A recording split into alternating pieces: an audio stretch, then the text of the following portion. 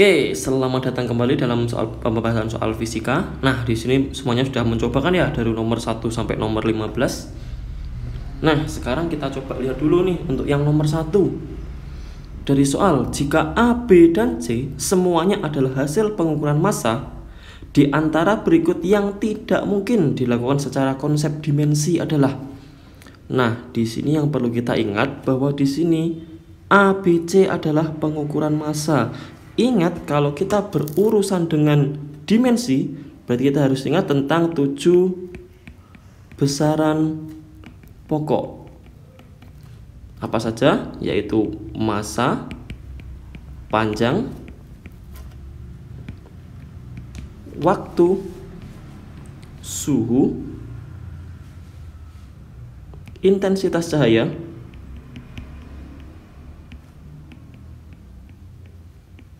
kemudian jumlah zat, dan kuat arus. Dan ingat, untuk setiap besaran itu dia memiliki satuan internasional, yaitu untuk massa adalah kilogram, untuk panjang adalah meter, dan waktu adalah sekon, suhu adalah Kelvin, intensitas cahaya adalah kandela, jumlah zat adalah mol, dan kuat arus adalah ampere. Dan juga kita harus ingat bahwa ketujuh besaran pokok tersebut memiliki dimensi. Untuk massa dimensinya adalah M, panjang adalah L, waktu adalah T, suhu adalah theta, intensitas cahaya adalah J, jumlah zat adalah N, dan kuat arus adalah I. Nah, di sini kalau untuk nomor 1 ternyata kita hanya diminta untuk pengukuran massa itu adalah ABC. Nah, yang kita diminta adalah untuk mengecek mana yang tidak mungkin secara dimensi. Nah, kalau kita lihat untuk jawaban yang A adalah A kuadrat dikali B dikali C. Artinya di sini dimensinya adalah, karena massa kita lihat dimensinya adalah M, berarti M pangkat 2 dikali M dikali M. Artinya untuk pilihan yang A memiliki dimensi M pangkat 4. Mungkin nggak tuh? Mungkin. Nah, di sini karena tidak ada tanda sama dengan, maka terserah dia dimensinya apa. Dan di yang apa itu besaran yang memiliki dimensi M pangkat 4 ini apa? Kita juga nggak tahu, karena terkadang satu apa itu dimensi itu memiliki beberapa besaran. Nah, kita di sini hanya diminta untuk mengecek apakah secara matematis, secara dimensi itu bisa atau tidak. Kalau yang B kita lihat dia adalah B kuadrat min 3AC. Artinya di sini dimensinya adalah M kuadrat dikurangi M kali M. Berarti artinya adalah M kuadrat dikurangi M kuadrat. Mungkin nggak kalau dimensinya sama saling dikurangkan? Adalah mungkin. Maka di sini punya jawaban B juga mungkin. Kalau yang C kita lihat di sini adalah B pangkat 3 dikurangi A kali C. Ingat, B dia punya apa itu pengukuran massa, maka dia masih punya dimensi M. Maka M pangkat 3 dikurangi M kali M, berarti M pangkat 3 dikurangi M pangkat 2. Mungkin nggak dikurangkan kalau keduanya memiliki dimensi? Nah, mungkin paling sederhana mungkin gini, kalau meter bisa nggak dikurangi meter kuadrat? Tidak bisa. Artinya kalau dia dimensinya berbeda, tidak bisa dikurangkan satu sama lain. Maka secara konsep dimensi yang tidak mungkin di sini adalah pilihan yang C, karena dimensi dari suku pertama berbeda dengan dimensi dari suku kedua. Maka untuk nomor 1 jawabannya adalah yang C.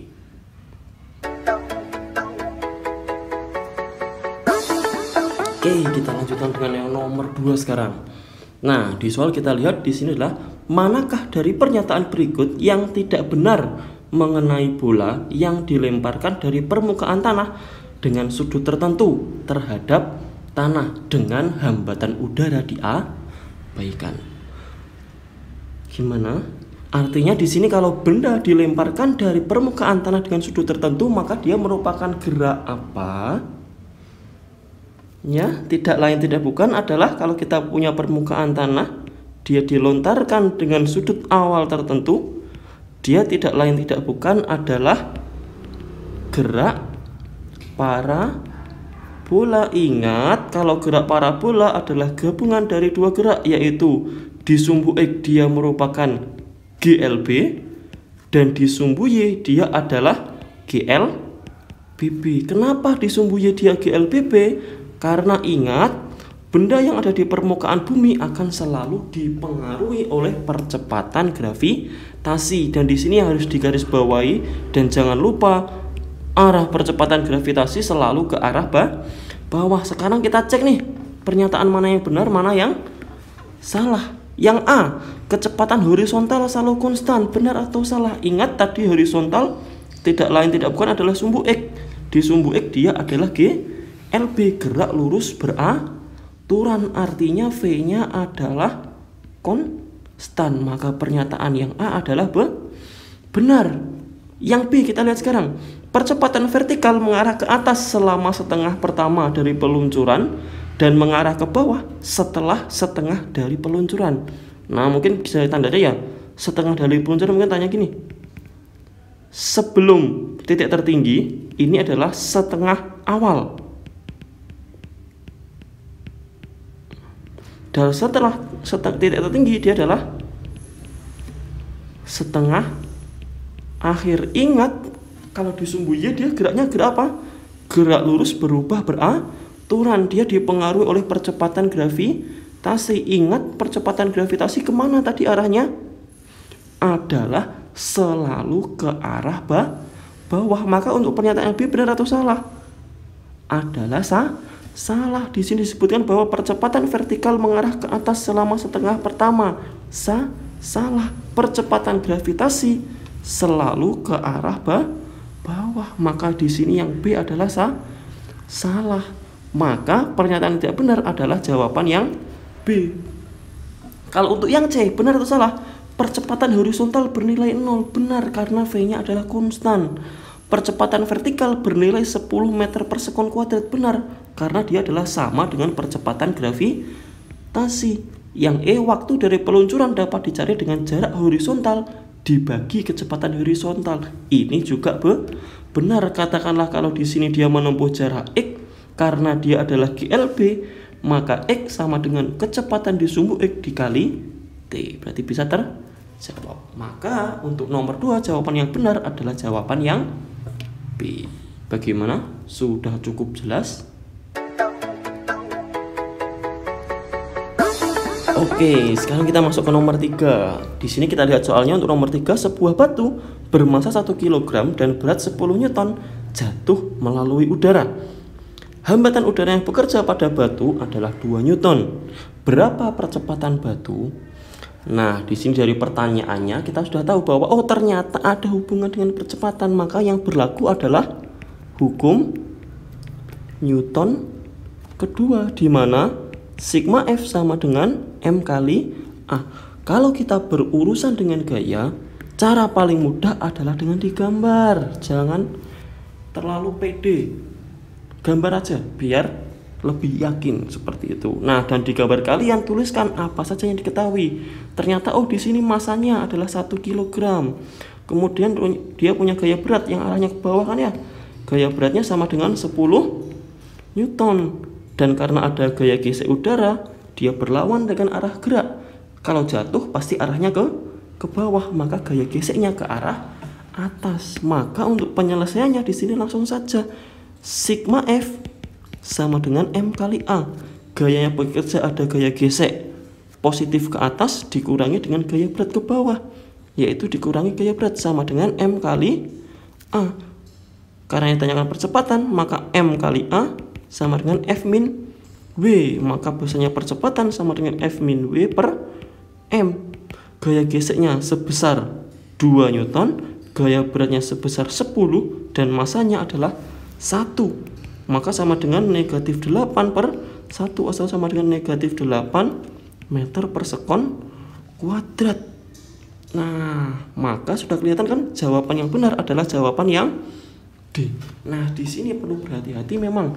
Kalau kita berurusan dengan gaya, berurusan dengan hukum Newton, gambarkan diagram gayanya. Untuk apa?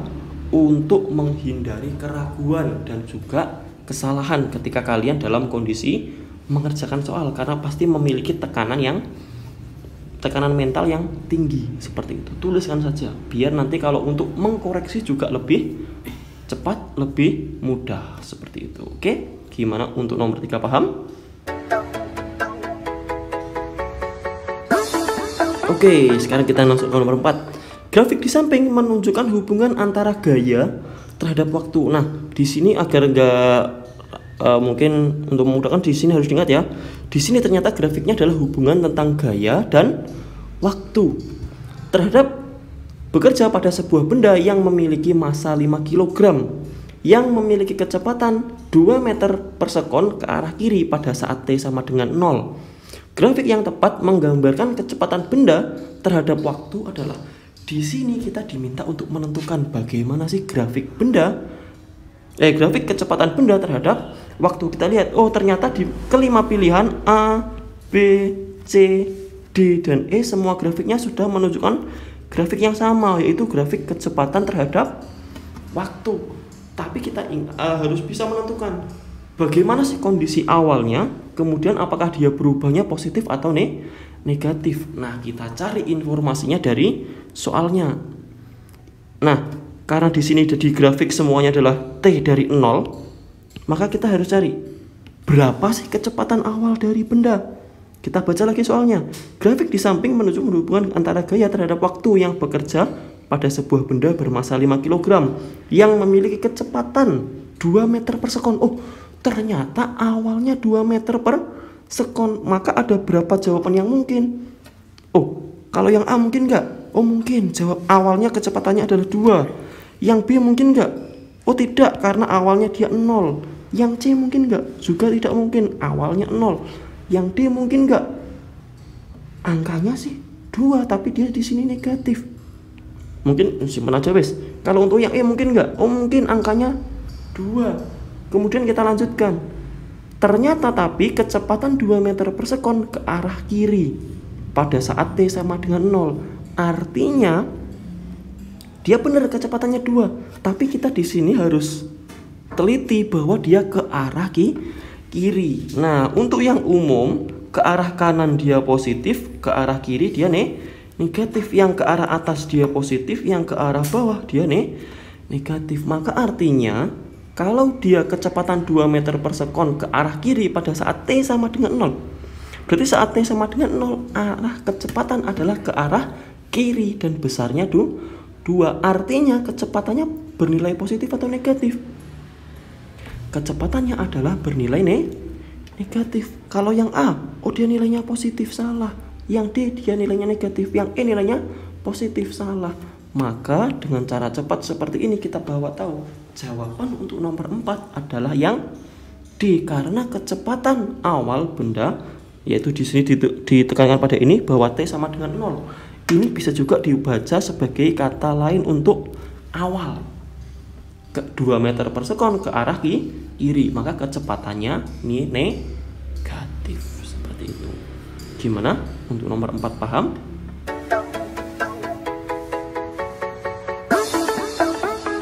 Oke, sekarang kita masuk ke soal nomor 5.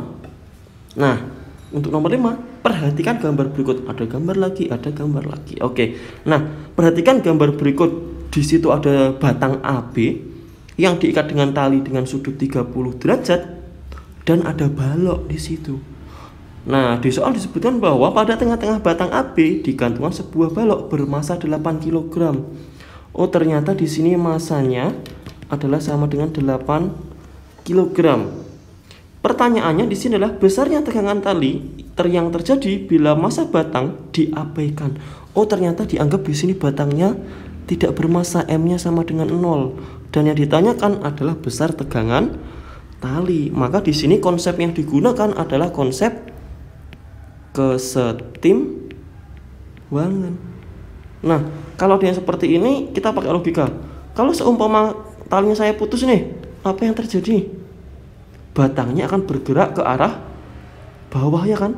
Maka kalau untuk seperti ini langsung saja untuk kesetimbangan yang kita gunakan kan ada dua kan ya, sigma F sama dengan 0 atau sigma tau sama dengan 0. Kalau ada yang berputar-putar seperti ini, kita langsung bisa menggunakan ini, sigma tau sama dengan 0 untuk memudahkan. Nah, kalau kita berurusan dengan torka, kita harus ingat bahwa torka adalah gaya dikali panjang lengan, tapi harus ingat bahwa gayanya saling tegak lurus dengan panjang lengan. Kalau kita lihat di sini di gambar, untuk berat benda dia sudah ke bawah tegak lurus, tapi untuk tegangan tali, oh ternyata harus di T di arah sumbu Y, dan dia tidak lain tidak bukan adalah T dikali sin 30 derajat. Maka sekarang kita bisa cek nih, ternyata yang menghasilkan torka hanya dua ini aja, torka karena berat beban dan torka karena tegangan tali. Nah, tapi di sini batangnya panjangnya nggak diketahui tuh. Tapi bisa diketahui kan ya? Ternyata dia diletakkan di tengah-tengah. Kalau maka di sini panjangnya batang adalah X, maka untuk lengan bebannya adalah setengah X, sehingga torka karena beban sama dengan berat beban dikali setengah X, dan torka karena batang adalah T sin 30 derajat dikali panjangnya X. Karena dia sudah berlawanan ya, langsung saja kita masukkan bahwa sigma tau sama dengan 0. Yang searah jarum jam negatif, yang berlawanan jarum jam adalah positif. Maka T sin 30 derajat X dikurangi W setengah X sama dengan 0, atau kita 0. Kalau kita samakan maka T sin 30 derajat sama dengan W. Oh, sebentar. Di sini X-nya ketinggalan ya, sama dengan W dikali setengah X. Maka di sini X-nya di kedua ruas sama ada. Maka boleh kita sederhanakan. Sehingga kalau kita tuliskan di sini, berarti T-nya adalah berapa? T sin 30 derajat berapa? Sin 30 derajat adalah setengah, sama dengan berat bebannya adalah 80 M kali G. Di sini M-nya 8, maka W-nya sama dengan M kali G langsung ya, dikali setengah. Oh, ternyata ada yang bisa disederhanakan. Oh, ternyata di sini ada setengah, di sini juga ada setengah. Maka di sini sudah ketahuan berapa besarnya tegangan tali, bahwa tegangan tali sama dengan 80 Newton. Oke, jadi jawaban yang benar adalah 80 Newton. B. Seperti itu. Gimana? Udah cukup jelas untuk nomor 5?